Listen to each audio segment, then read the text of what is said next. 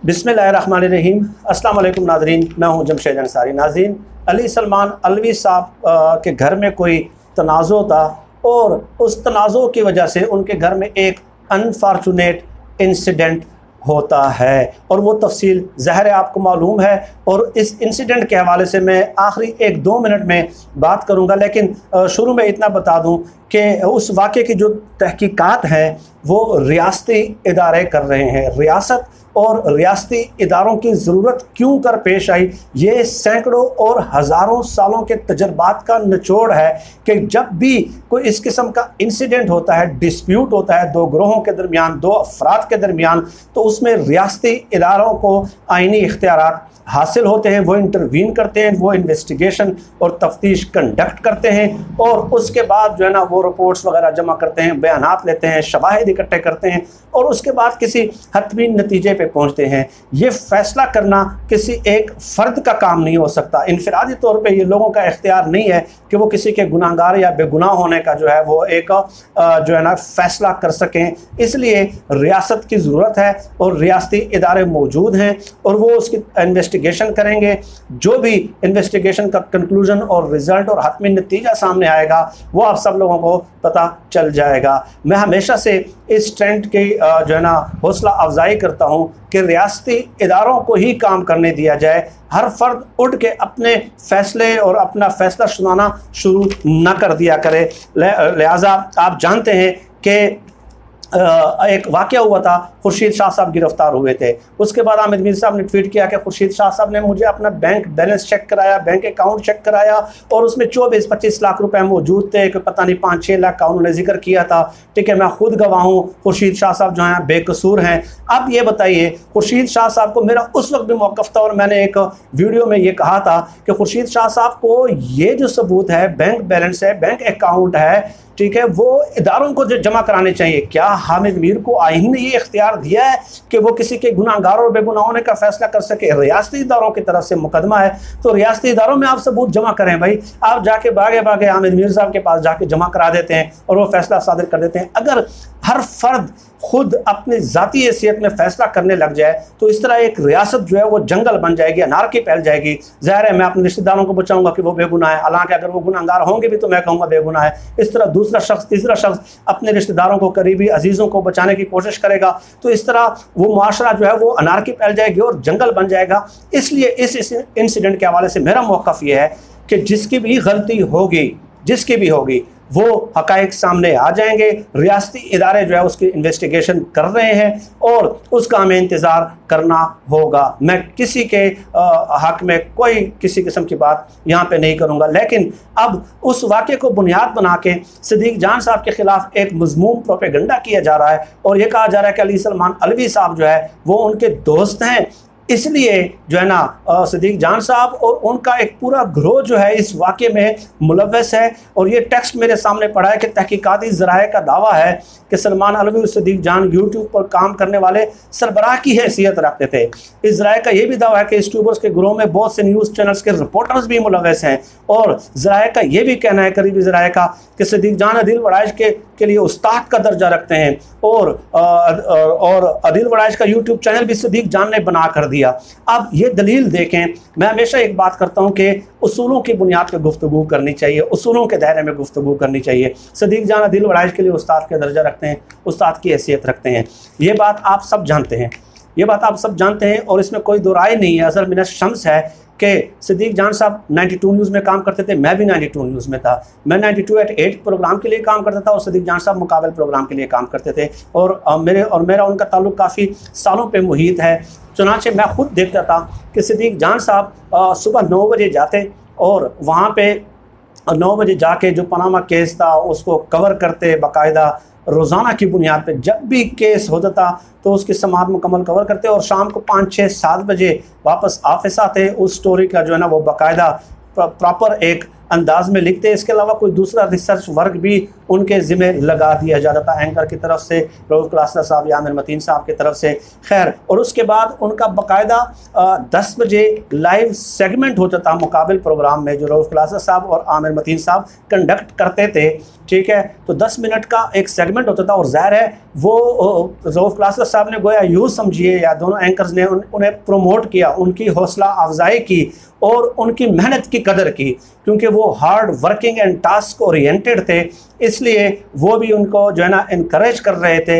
हत्ता कि रऊफ़ क्लासर साहब के 2017 जब पनामा केस चल रहा था, उस वक्त जब सिद्दीक जान साहब को 10 मिनट सेगमेंट में लेते थे अपने प्रोग्राम में, उस वक्त ट्वीट्स मौजूद हैं, आप देख लीजिएगा कि रऊफ़ क्लासर साहब कहते हैं कि मुझे इस यानी कि एक पसमानदा इलाके से आने वाले इस नौजवान सहाफ़ी की मेहनत ने और उसके हार्ड वर्क ने और उसके जो है ना उसने बड़ा मुतासिर किया है।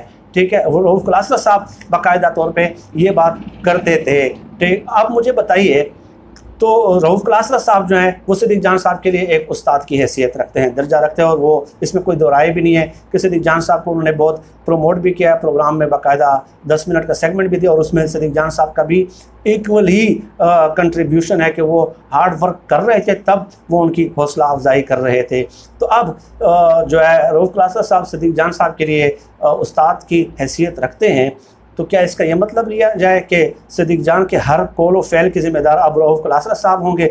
जो ये दलील दे रहे हैं, ये जो लोग दलील दे रहे हैं, तो इससे तो यही अब ये खुद अपने लिए एक जाल तैयार कर रहे हैं। ठीक है, कि वो चूँकि सिद्दीक जान साहब दिल बड़ाइश के लिए उस्ताद का दर्जा रखते हैं, इसलिए वो ज़िम्मेदार हो गए। ये क्या बात हुई? तो फिर तो दोनों एंकर्स जो हैं, दोनों आमिर मतीन साहब और रऊफ़ क्लासर साहब, दोनों सिद्दीक जान साहब के उस्ताद हैं, तो सिद्दीक जान साहब के कौल और फ़ैल के वो कैसे ज़िम्मेदार हो सकते हैं? नहीं हो सकते। बिल्कुल उसूली बात यही है कि वो बिल्कुल भी नहीं हो सकते, लेकिन मैं उनके दलील के मुताबिक नाजरीन बात कर रहा हूँ। और इसके अलावा एक बात हमेशा याद रखें कि ये जो कह रहे हैं कि सिद्दीक जान का एक ग्रुप है यूट्यूबर्स का, फ़लाँ फ़लाँ फ़लाँ फ़लाँ, तो मैं आप लोगों को बताऊँ, सिद्दीक जान साहब का ये क्रेडिट है और ये क्रेडिट उनसे कोई भी वापस नहीं ले सकता। जो जिसका क्रेडिट बनता है, मेरी आदत है, चाहे मेरा बदतरीन मुखालिफ भी हो, जो उनका क्रेडिट बनता है मैं उसको देता हूँ। यहाँ पे तो सिद्दीक जान साहब ने पूरे पाकिस्तान में उमूमन और पिंडी इस्लामाबाद में खुसूसन उन्होंने सबसे पहला करंट अफेयर का यूट्यूब चैनल शुरू किया। ये सिद्दीक जान साहब का क्रेडिट है।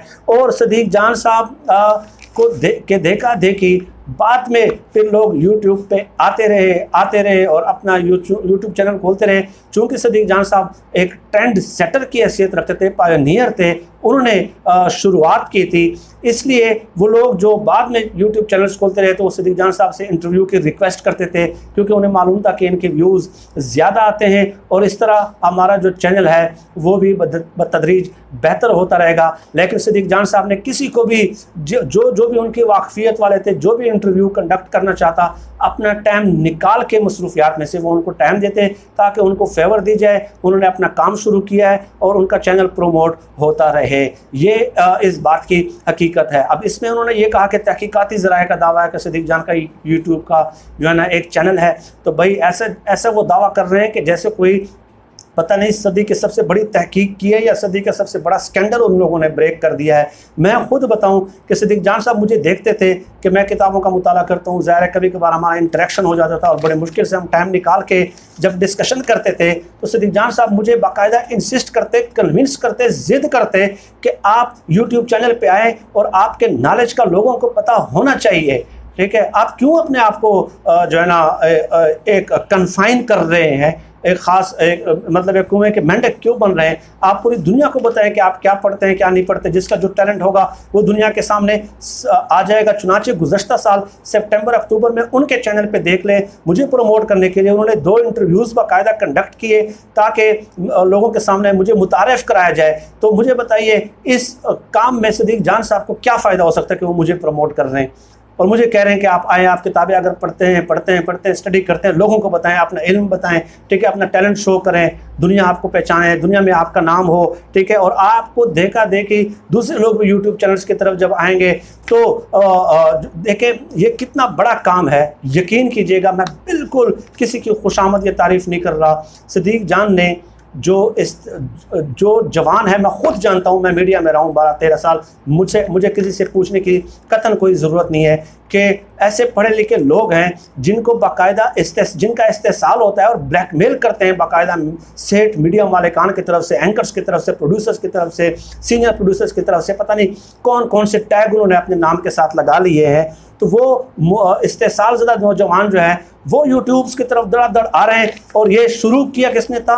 सदीक जान साहब ने शुरू किया था। वो यूट्यूब्स की तरफ धड़ाधड़ आ रहे हैं और वो जो है एक रास्ता दिखाया है, एक मशाल दिखाई है सदीक जान साहब ने, एक ट्रेंड सेट किया है और उनके लिए एक काबिल तकलीद मिसाल वो बने हैं, खुद अपने अमल से बने हैं। और सदीक जान साहब ने ये भी साबित किया है कि अगर आप में टैलेंट हो तो आपको किसी की ग़ुलामी करने की ज़रूरत नहीं है, आपको किसी के सुपरविजन में काम करने की ज़रूरत नहीं है। बस आपकी हार्ड वर्किंग और टास्क ओरिएंटेड जो हैबिट है वो होनी चाहिए और उसके बाद जो है आप खुद ही जो है ना आपके लिए मुश्किलें आसान होती रहेंगी। तो ये उनके बारे में चंद बातें थी और मैं उनको बाकायदा आज इस वीडियो के ज़रिए बिल्कुल खराज तहसीन पेश करता हूँ कि उन्होंने जिन जिन लोगों को भी प्रमोट किया। Promote, what does promote mean?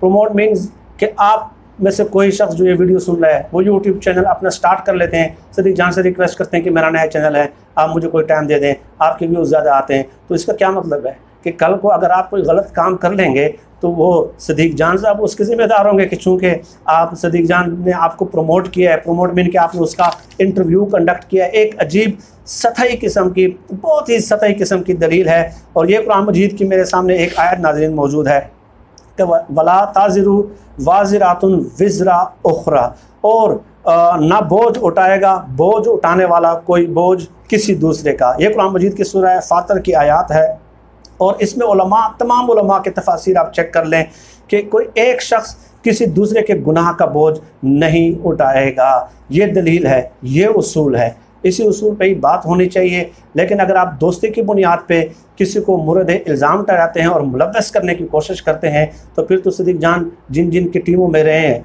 वो सदीक जान उनके भी दोस्त है, फिर तो उनके नाम भी आने चाहिए कि अगर सदीक जान उसकी दोस्ती की वजह से ही जो है ना अली सलमान के दोस्ती की वजह से ही वो इस वाक़े में मुलव्वस हो सकते हैं।